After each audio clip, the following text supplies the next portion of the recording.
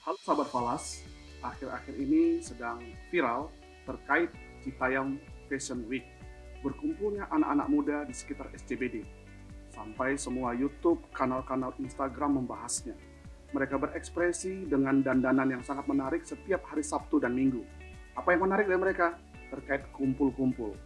Nah, oleh karena itu, topik yang kita bahas pada hari ini adalah terkait perkumpulan. Layakkah Fashion Week ini menjadi sebuah perkumpulan? Perkenalkan, saya Fajar Lase, Staf Khusus Menteri Hukum dan HAM, bidang transformasi digital.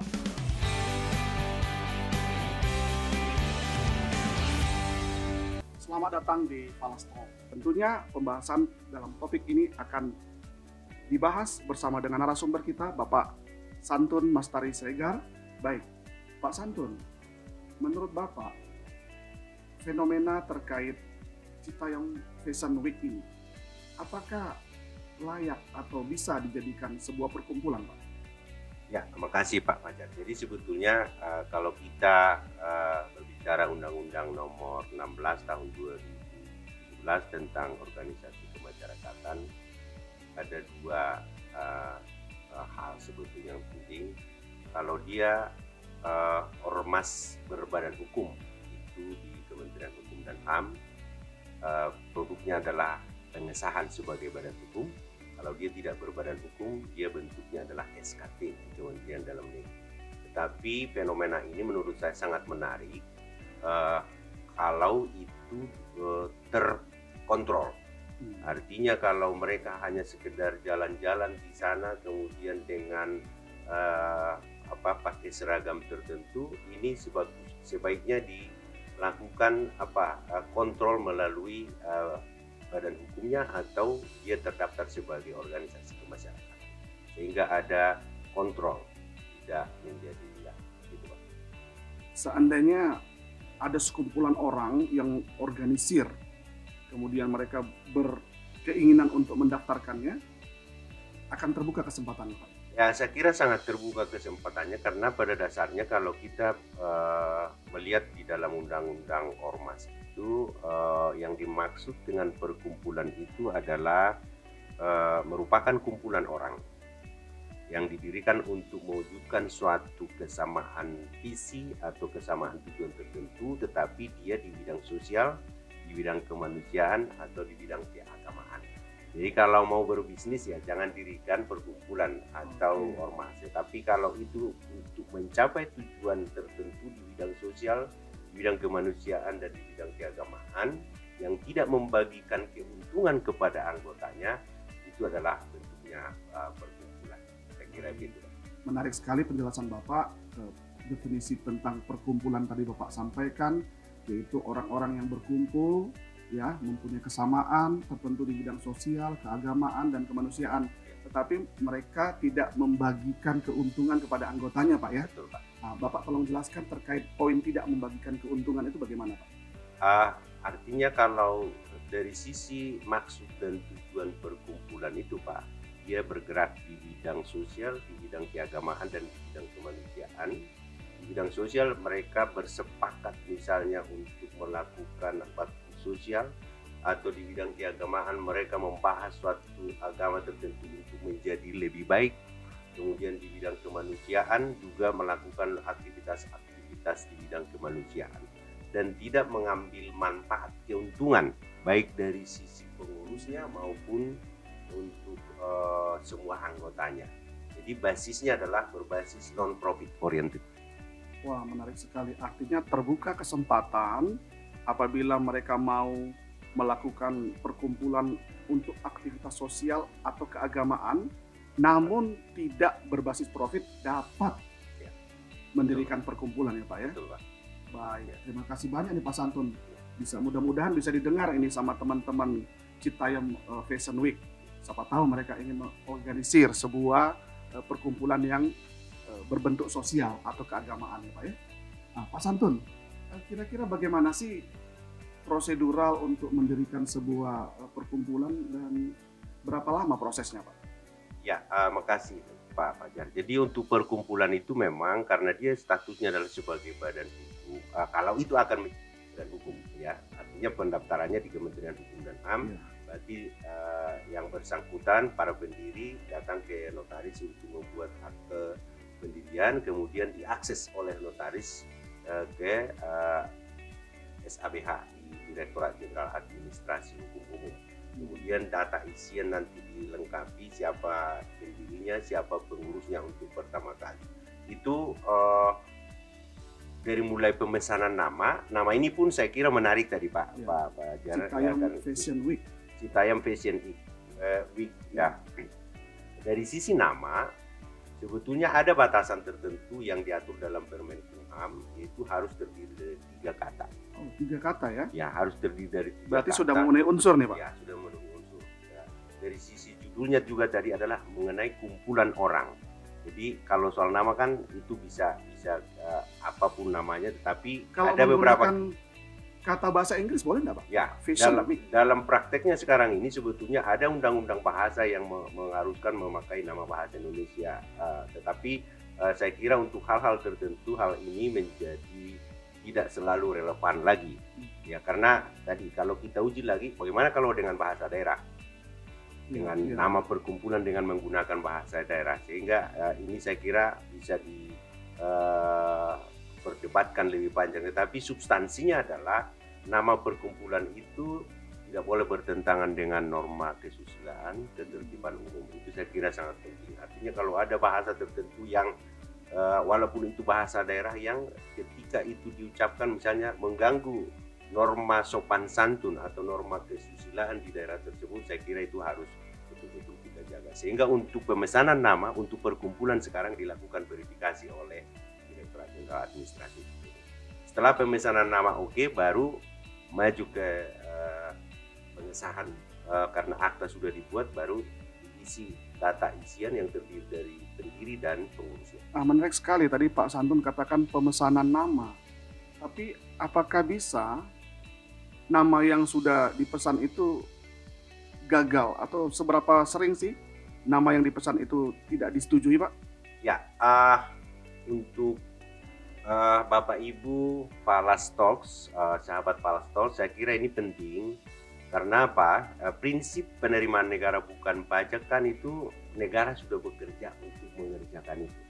Sehingga sebelum memesan nama kami menyarankan dibaca dulu regulasinya. Jadi misalnya harus terdiri dari 3 kata, paling tidak mengandung hal-hal yang bertentangan dengan norma kesusilaan, norma sopan santun, kemudian tidak sama dengan nama badan hukum lain yang sudah terdaftar terlebih dahulu. Ini saya kira sangat penting karena kalau itu diusulkan lagi pasti ditolak karena sudah ada badan hukum lain yang sudah terdaftar terlebih dahulu, baik yang sama maupun menyerupai. Jadi yang menolak ini sistem ya, aplikasi ya Pak ya, tidak subjektif. Sistem, ya. Dan kalau sudah dimohonkan seperti itu, sudah bayar voucher, itu uangnya tidak bisa kembali. Harus beli voucher lagi. Harus beli voucher lagi. Dan buat nama baru gitu Pak ya. Nama baru. Luar biasa sekali. Baik Pak Santun, terima kasih penjelasannya.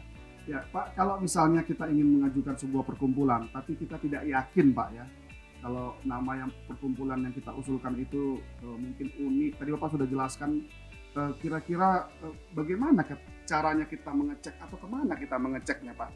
Supaya jangan sampai kita beli voucher lagi gitu Pak. Ya, sebetulnya kami sangat terbuka untuk masyarakat karena ini berbeda dengan korporasi lainnya seperti perseroan terbatas. Untuk perkumpulan kita bersedia ketika disurati dulu secara manual ke kita apakah nama ini sudah ada yang terdaftar atau sama pada pokoknya dengan nama entitas badan hukum lain yang sudah terdaftar terlebih dahulu. Saya kira ini solusi yang paling efisien sehingga tidak berulang pembelian voucher. Kita juga akan jawab apakah itu memang belum ada yang terdaftar sebelumnya atau tidak. Disuratin itu apakah ke Direktorat Jenderal AHU atau ke kantor wilayah? Bapak boleh beritahu alamatnya Pak? Ya, mungkin ke Direktorat Jenderal Administrasi Hukum Umum, Jalan Khair Rasuna Said, Kapling 5-7. Apakah bisa melalui email atau ada WA? Melalui email pun pada dasarnya bisa, tetapi kalau email tidak selalu langsung ke subdit badan hukum. Dan kalau itu dikonsultasikan ke kita, kita juga terbuka untuk pemesanan nama itu secara ya manual dulu ketika memang ragu, masyarakat ragu untuk mengajukan permohonan nama tersebut. Tetapi kalau sudah yakin tidak ada yang sama ya tidak apa-apa. Baik, Pak Santun. Apakah ada sebuah aturan khusus ya terkait penamaan atau misalnya orang ingin merubah nama yang sudah terdaftar? Boleh dilakukan perubahan nama dari suatu perkumpulan tersebut sepanjang perubahannya juga tetap mengikuti regulasi yang ada dalam Permen Kumham, misalnya tetap dia terdiri dari 3 suku kata dan juga tidak boleh menjadi sama dengan nama entitas badan hukum lain yang sudah terdaftar juga di Direktorat Jenderal Administrasi. Baik, Pak.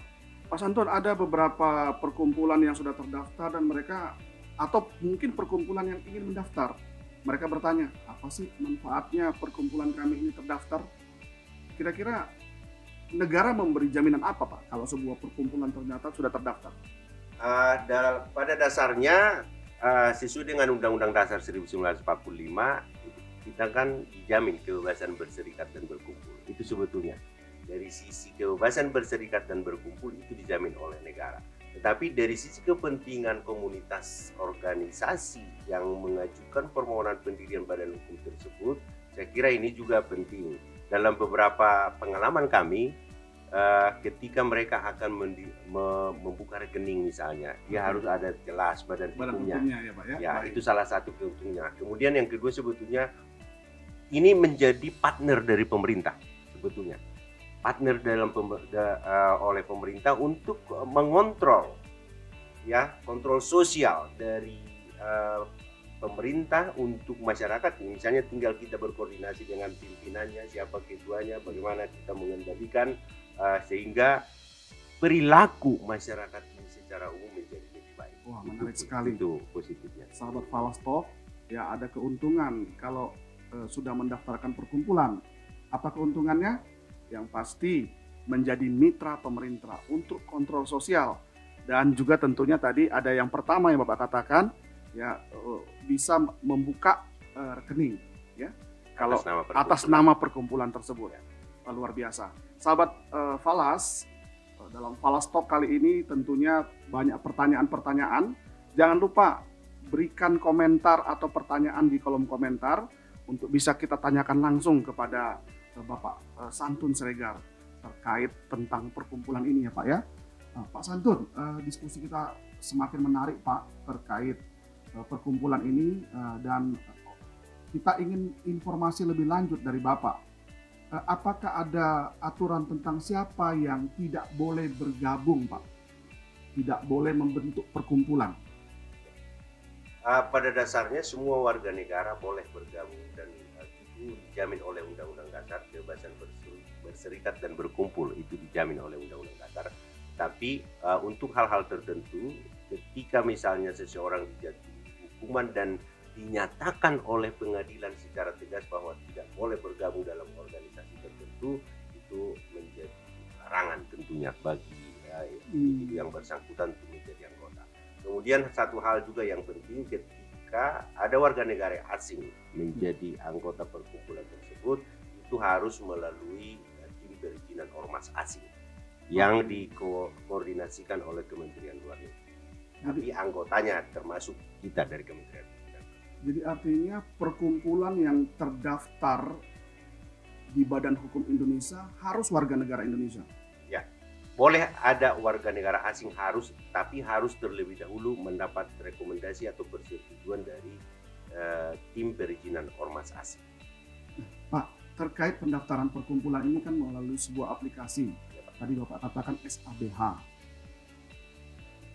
Bagaimana cara memfilter organisasi-organisasi yang dilarang pemerintah untuk mendaftarkan badan hukumnya, Pak? Ya, ini menarik, Pak, pertanyaannya. Jadi saya sebelumnya Direktur Teknologi Informasi, saya selalu menyatakan IT itu tidak bisa diajak berpikir. Harus dikendalikan oleh manusia. Itu AI bisa, Pak ya? Ya. Sekarang aplikasi SABH sudah ya. Artificial Intelligence belum? Ya. Tapi ya sudah, Pak. Tetapi artinya yang mana yang haram, yang mana yang halal, IT tidak bisa membaca. Tidak bisa membaca. Terus bagaimana cara Ya. memfilter? Memang pada dasarnya kita juga harus berkoordinasi dan bekerja sama dengan notaris. Notaris juga adalah partner dari kita di level masyarakat pelaksanaannya.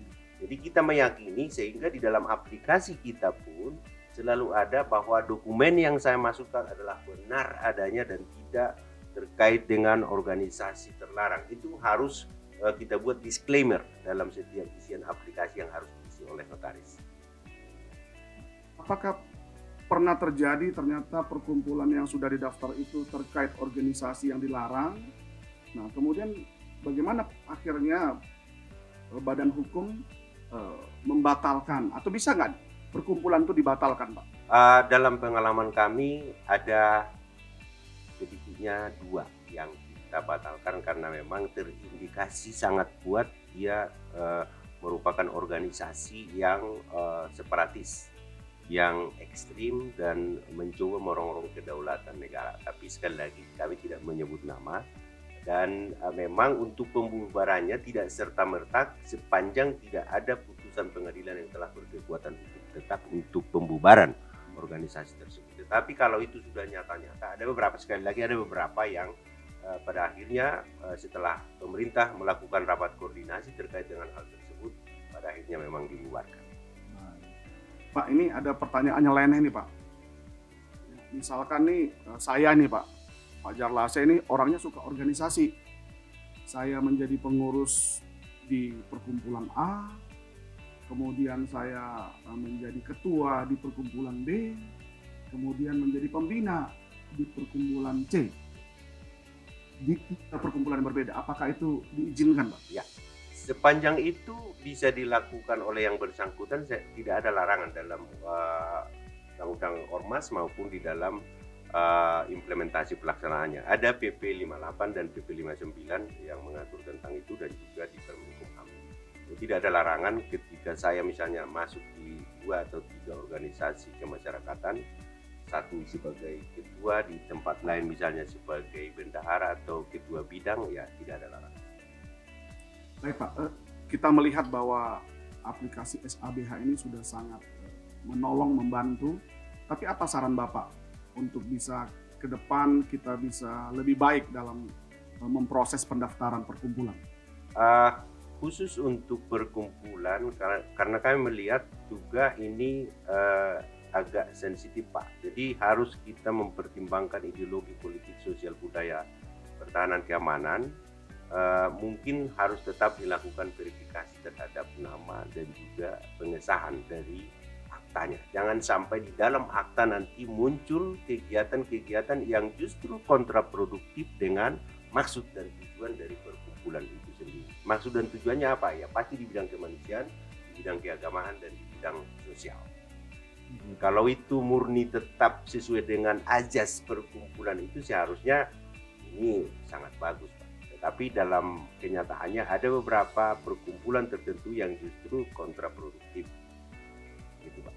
Baik, penjelasan Pak Santun, Direktur Perdata ini sangat mencerahkan sekali, Pak. Tentunya banyak sahabat Falas juga ingin sekali mengetahui lebih detail. Ya, Bapak boleh jelaskan di mana kira-kira kanal atau website terkait perkumpulan ini bisa diakses oleh sahabat Falas Talk? Kalau untuk mengaksesnya untuk pendirian, Pak, memang harus melalui notaris kalau untuk perkumpulan. Ya. Jadi notaris nanti akan mengakses melalui ahu.go.id, kemudian di sana ada tata caranya. Ada tata caranya. Oke, kemudian. Kemudian kalau nama sudah disetujui, ditindaklanjuti dengan pembuatan akta tentunya oleh notaris, kemudian diakses ke Direktorat Jenderal Administrasi Hukum Umum untuk mengisi siapa pembinanya, siapa pengurusnya, siapa komponen-komponen lain, dan di sana juga ada disclaimer bahwa notaris bertanggung jawab terhadap data isian itu, bahwa data isian yang diisi adalah benar. Seandainya ada perkumpulan yang tidak kenal notaris dan dia minta rekomendasi nih, Pak, ke Direktorat Jenderal AHU atau ke Divisi Yankum di daerah, bisa nggak, Pak, direkomendasi pakai notaris ini? Atau daftar notarisnya ini silakan pilih, bagaimana, Pak, kira-kira? Mungkin daftar saja, Pak, karena kalau kita menunjuk salah seorang itu kita jadi subjektif. Tetapi kalau Misalnya di setiap provinsi kita sekarang ada kantor wilayah, dan silakan berkoordinasi dengan kantor wilayah terkait dengan hal tersebut. Mereka pasti punya data terkait dengan notaris di daerah yang bersangkutan. Baik, luar biasa sekali nih penjelasan Pak Santun. Sahabat Falas, kita sudah dapat pencerahan yang luar biasa dari Pak Santun, Direktur Perdata Kemenkumham terkait perkumpulan. Jadi kita semuanya menjadi sadar bahwa perkumpulan itu penting, karena melalui perkumpulan di badan hukum kan, maka akan banyak manfaatnya ya Pak Santun ya. Kita bisa bermitra dengan pemerintah, kita bisa memberikan akses kepada pemerintah untuk kita berpartisipasi mengontrol anggota kita, dan tentunya kita juga bisa mengumpulkan melalui pembukaan rekening di dalam melalui perkumpulan yang kita bentuk, begitu Pak ya. Nah, untuk syarat-syarat bagaimana membentuk sebuah perkumpulan dapat dilihat di website Ditjen AHU. Namun yang bisa mendaftarkan perkumpulan tentunya notaris. Melalui notaris. Nah, notaris dapat dilihat, dapat diakses di kantor DJ AHU, juga di kantor-kantor pelayanan hukum di masing-masing provinsi ya Pak ya. Baik, sahabat Falas, kita sudah selesai pada perbincangan Falas Talk dengan tema perkumpulan. Sebelum kita mengakhiri sesi ini, jangan lupa selalu like, subscribe, dan berikan feedback terhadap Falas Talk pada episode kali ini. Pak Santun, terima kasih untuk perbincangan kita hari ini. Dan kita berharap dapat bertemu kembali Pak pada sesi-sesi berikutnya. Siap, Pak. Terima kasih sahabat Falas, sampai ketemu kembali.